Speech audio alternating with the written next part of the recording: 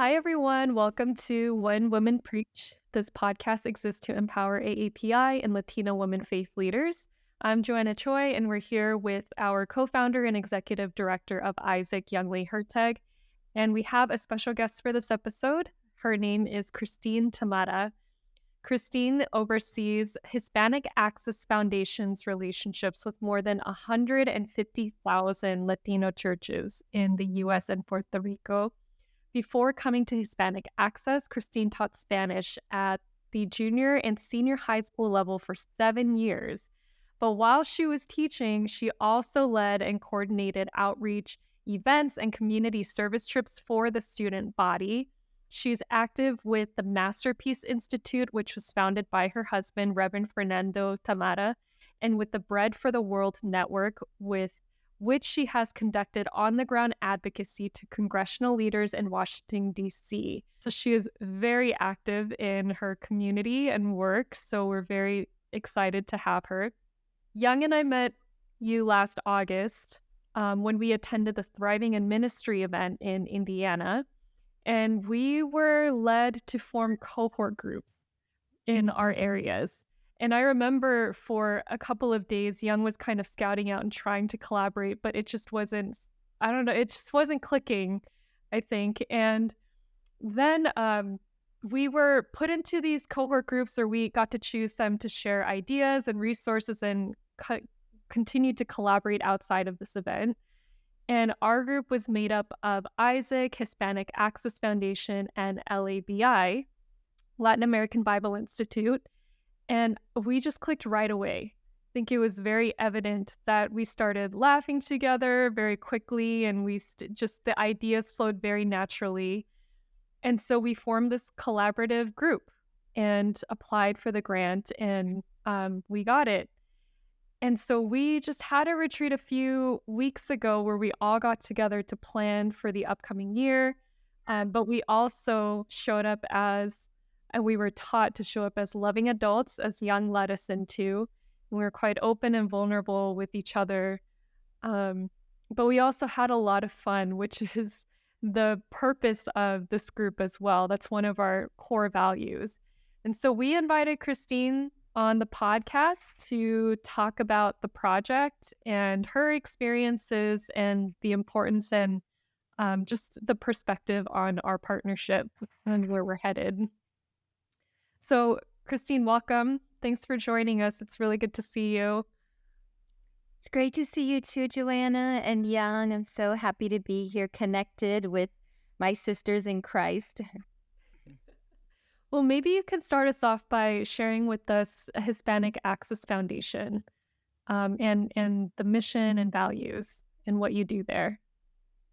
Yeah, happy to do that. So, Hispanic Access was founded 12 years ago by an amazing female leader, our CEO and president, Maite Arce.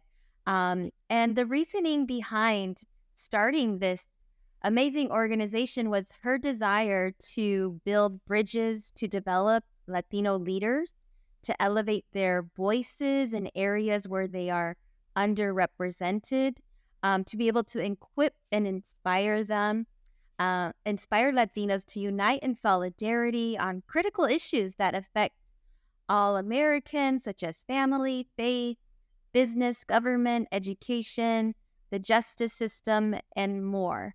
Our initiatives, programs, and grassroots outreach efforts are aimed at empowering and inspiring individuals to improve themselves and their families, and in turn strengthen their community and our country. So this is the mission of our organization, and we're all very passionate about this mission in impacting the Latino community, communities of color that aren't always on the front lines. And so as an organization, we want to help by moving them from the sidelines to the front line.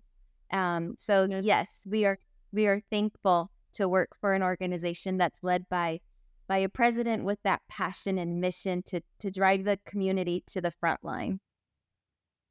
Amen. Yeah, she's amazing. We met Maite and got to spend time with her too. And you both are awesome people. And so is Jasmine. Shout out to her. Yes. We are a team. Yeah. So maybe Christine and Young, you can both chime in to describing this project F.U.N that we all are a part of and its importance and its role. Why do you think this is an important project to be a part of, and what kind of collaboration are you looking for? Do you want me to go first, Christine? Yes. Collaboration is a buzzword, but it doesn't always pan out to be. So pairing up with the right people doing similar work and them really owning collaborative spirit, and not just by words, but also talking, walking the talks. Unfortunately, that kind of experiences in my life is rather rare until you all showed up to my life. And already you made milestone changes in my life since our retreat in January. I've been pedaling hard since then to implement what came out of that. Kristen, you color-coded our profile. That's really helpful with SDI assessment. And, I already put down Isaac's core values. That's been implicit to explicit. Just to plug that in, it's a SOAR, SOAR, spirited, open-minded, adaptable, and respectful. So thank you.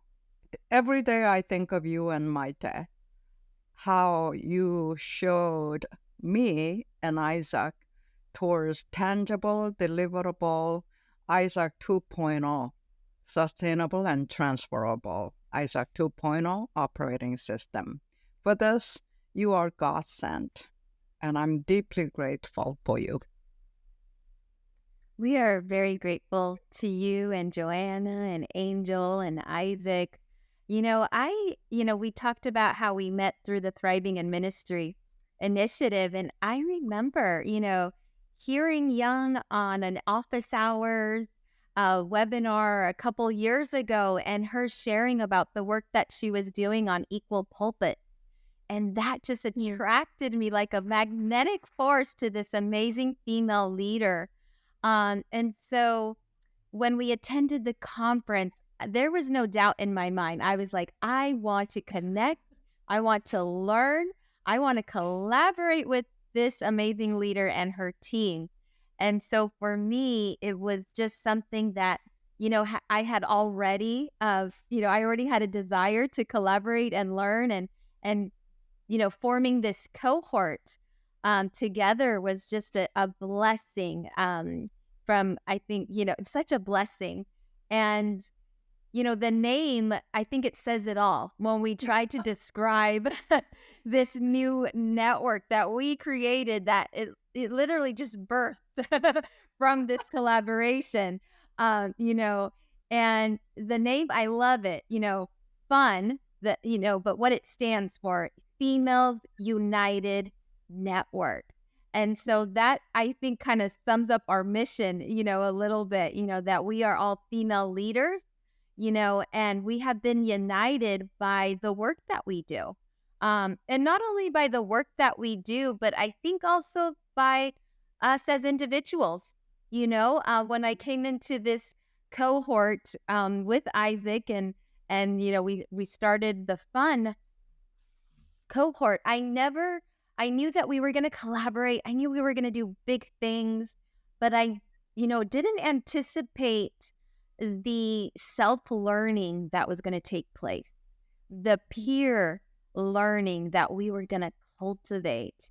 And that makes me very excited to see that grow and see where it takes this F.U.N and our united work.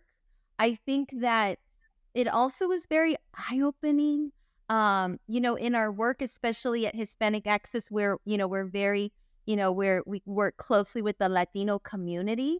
But I think learning from the AAPI community, learning that we are different, but then similar in so many ways. Mhm. That was really enlightening.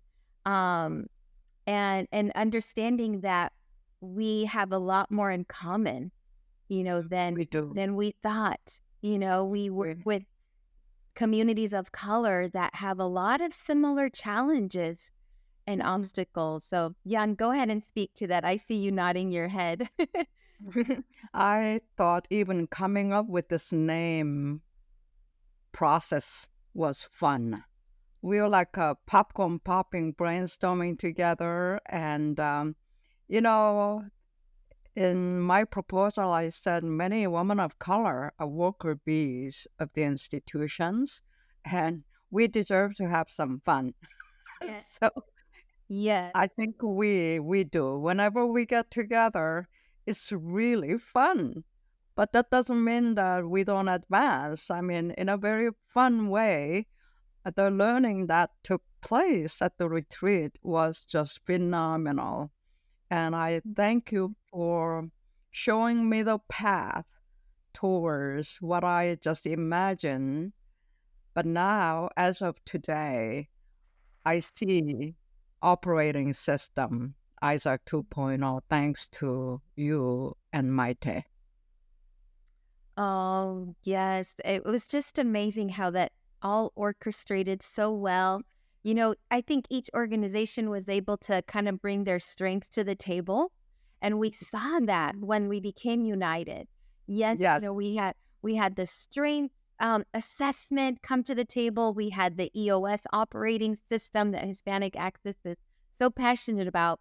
And then we had the self-awareness, that self-awareness journey that you were able to bring to the table to help us in that learning on self-care and really being in touch with our whole being and so forth. And so you and Angela were able to speak to that, and so it just showed us the richness that occurs, the tremendous wisdom that comes when we have leaders come together and they're able to share their experiences, their knowledge, their wisdom, and it just unites us in a very special way that we are all able to support each other. Each of us received the support that we needed. For us at Hispanic Access, self-care, self-awareness has been something that we have recently been really, wanting to cultivate in our team and in our networks and learn more about. And so your team was able to help bring that training for us. I feel that we, by coming together, we all were able to support each other in what each other was needing support in. I think it's so. Let me give three adjectives from our coming together and what our experiences were like. Number one, very genuine, generous, and openly sharing and vulnerably. So that kind of space, unfortunately, is rare. And that heart to heart, connection to me was so nourishing. And we were all equal partners. Nobody dominated. And we shared what God has, in store for us. Good point about that type of space is rare. Um, and so having that space, I think as female leaders is so important. And in the work that we do in working with, especially with female clergy, I personally took away like, wow, that work, I think I started looking at that work even more important because I felt that I experienced it when I was with you all in the cohort, just like a lot of our participants participate in a cohort and have that opportunity for shared peer learning and access to wise guides and so forth. And so for me, I think it also just really motivated me even more so on how important the work that we are providing or female clergy through our Thriving in Ministry program. I just wanted to add that. Yeah, and it, mind you, it's a busy work, but this kind of collaborative cohort space was more like an oasis that we come together and we equally share what God has given to us so freely. So for that, I'm thankful, and this year 2024 is starting off really nicely, and dream is about to come true. Yes. And lots of fun. Ah, I think definitely as a participant within the cohort and witnessing what was taking place amongst both of the groups and amongst you all as leaders within your communities was really special. So I think, as you said in the beginning, Young, like collaboration is not, it's a buzzword, and it doesn't mean that it's always done well. But I think the amount of reciprocal giving that was taking place amongst all of you.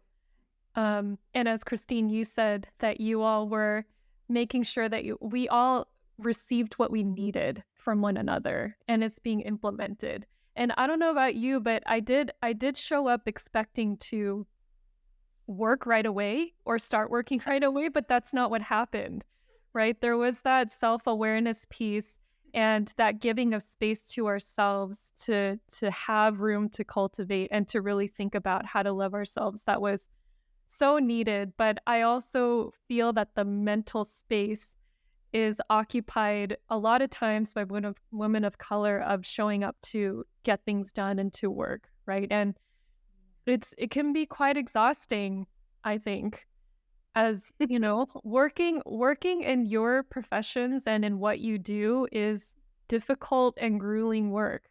It's hard, but hopefully, I think as we share this type of collaborative space together, the burden is lightened for all of you. You know, I told Joanna, what do I need to prepare? So I said, no, we're going to just have fun. But having worked at Isaac in the last 3 years or so, she didn't believe me. I really meant what I said. Yeah. I thought it was interesting how, and Joanna brings up such an important point that's so relevant for women of color. We work hard. That I think it's sometimes difficult to even imagine incorporating fun into our schedule, into our, busy agendas, right? And so I think that was a huge highlight for me coming into this cohort. We really loved the Female United Network, and we're going to work to unite, but also understanding the importance for women of color to have a space to even think about what is fun for them. Our president, Mike, our leader, she asked us, I remember at dinner one evening, what do you do for fun? And it was hard. It was really hard for some of us to even answer that question. Yeah. And then some of us answered it like, oh, when I was really young, I used to do this for fun. But we're talking about like years ago, but not something that we do regularly. And so that was huge, I think, and it made us reflect on the importance of with that self-care and taking care of that child in us, to incorporate fun into our daily life, to work hard but also have fun. Such a workaholic we are. Do we have to really plan fun? Now I'm confessing, I didn't plan much other than basic, one line outline for each day, and then just pay attention to, okay, how the Holy Spirit is guiding us, and just go with the flow, because we don't want to turn fun into work, another work. Yeah. So I think that organically attending to the spirits leading in the moment was basically my template. That's usually your template. That's a good template. Can you share that one with me? Well, yeah, that is a loaded sentence coming from Joanna. It's an admirable quality. Your tone spoke volumes. Sometimes, sometimes I think I drive her nuts. She's always ready to go, though. She's always ready to follow the spirit's leading. That's right. Oh my. I feel disclosed, but I'm transparent. To Wow, what a blessing. to pivot us a little bit, what do you both, and we touched on this a little bit, but what do you both believe? What makes collaboration amongst our communities significant? I think because of what I mentioned earlier, we face similar challenges as communities. And so we're able to understand where each other is coming from. We're able to understand our, experiences.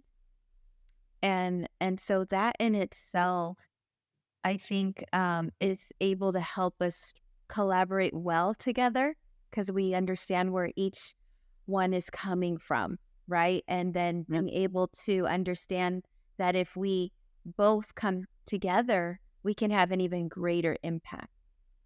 Yeah, that is something I name as Gestalt. The whole is bigger than the sums of parts. I think that took place at the retreat. Yes. And my biggest learning was that I spend most of my time serving and pouring out, but I found myself really enjoying that space where we are reciprocally sharing, giving and receiving. So that really impressed me, and wow, how much I enjoy this kind of a pure space where we are just being ourselves and offering ourselves with no apology and just, being able to be who we are and bring who we are to the table without any false projection or image. And that's what I mean by genuine and vulnerable and laugh and weep together. And unfortunately, that's really rare. Very rare, but very needed. Yes. I mean, it keeps me going. And I walked away so energized and motivated to propel even further, knowing that there's an exemplar organization that I want to follow.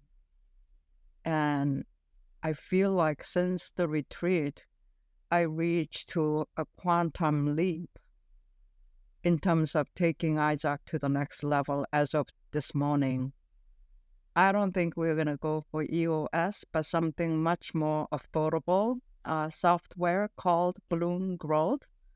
I just had an amazing 45-minute demo, and I said, I cannot believe I'm seeing what I've been imagining in my head for several years. There's got to be something like this. And there it was. Wow. It all came out of the retreat. Yeah, exactly. So there's such fruitfulness while we have fun and we have space to collaborate and to share as leaders. I think that, yes, that it is rare, but look what comes from it. Ever since we had our meetings, I've been it was very rich and refreshing, very refreshing. To feel inspired and think, oh, I'm going to implement that, and I love what they're doing, and this wisdom, and this sharing that took place, and being able to then try new things. For me, that question about what do you do for fun, I have not every day, but, I remember as a young, teenager, I loved reading. And not just, nowadays as an adult, you're trying to read educational, books, and, trying to sharpening your tools in your in your toolbox and stuff. But then I started thinking, well, what could I read for fun? And that's enjoyable. And so that was something that really was helpful for me that I don't think I would have done unless I had, had that time with you all at the retreat and really reflected on that question. So that was a huge takeaway for me because I hadn't read like that for more than 20 years. Wow. Now I'm giving away my age, so. Talk about age. It gave me amazing clarity. I was thinking in my head, and just being with you all gave crystal clear clarity to where Isaac is heading. And we came up with the vision for this year as Isaac 2.0. But at the retreat, oh my gosh, this is the way to implement Isaac 2.0. Yes. And I loved how we were able to sense the need to create this type of space for female leaders. And so not only having it for ourselves, but, we're very excited as we're preparing now these fun summits for female leaders.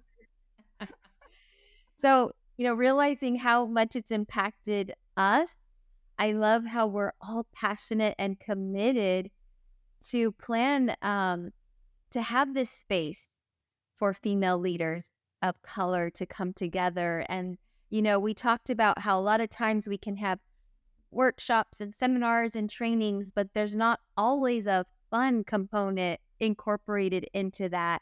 And, I think by us having fun, we talked about as we were planning for the work ahead, the importance of making sure that we're going to incorporate some fun into those summits for this new network, Females United Network. I witnessed that you have a very cute, charming laugh. I discovered your laughter, lamb-like laughter. Oh, that was fun too. Yeah. There's so much to look forward to, and we can't wait to share it with everybody. Christine and Young and Maite and everyone who was at that retreat, Jasmine, Angel, LABI, we're really excited to share what's coming up. And so stay tuned. And we're going to make sure to translate that fun into everything that we do in the future together.